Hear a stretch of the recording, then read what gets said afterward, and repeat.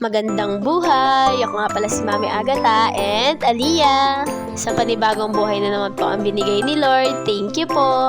For today's video, gagawa tayo sa school na hotdog roll and Spanish bread. Hindi rin pala maganda yung course na kinuha ko. Ang daming gastos, halos araw-araw, naglalaboratory kami para sa aming cooking skills.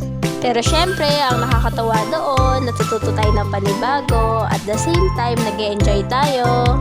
Yun naman kasi talaga yung pinaka-importante sa course na kinukuha natin, yung gusto natin at nag-e-enjoy tayo. Mahirap kasing pilitin kapag hindi natin gusto. At syempre, natutuwa ako kasi ngayon, kahit papano, natututo na tayo mag-bake. Sobrang love ko din kasi talaga yung mga tinapay na malalambot. Soon yan, kapag ka natuto na talaga tayo at kapag ka may baking equipment na tayo, magbi-business na tayo. Ikaw na po bahala, Lord. Nawa makabili ng mga equipment. Medyo pricey din kasi talaga, lalo na yung oven, pero dream ko yun.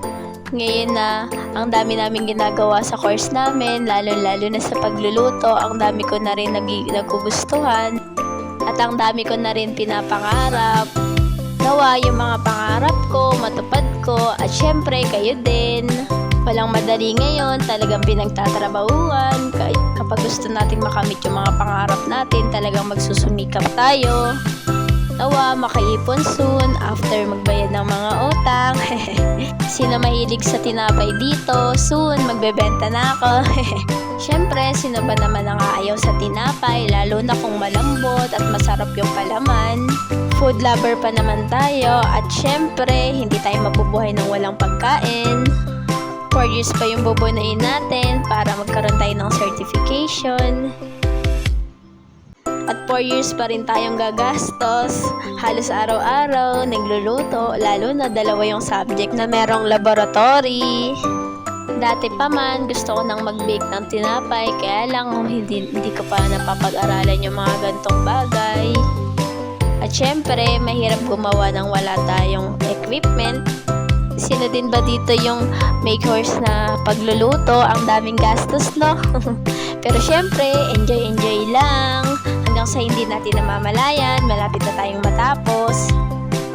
At madami na tayong mga natutunan. I-apply na lang talaga natin sa pang-araw-araw na buhay natin yung mga natutunan natin. Sabi nga nila, never stop learning habang nabubuhay tayo. At ayun nga, maraming salamat po ulit sa pakikinig at panonood. Thank you po and God.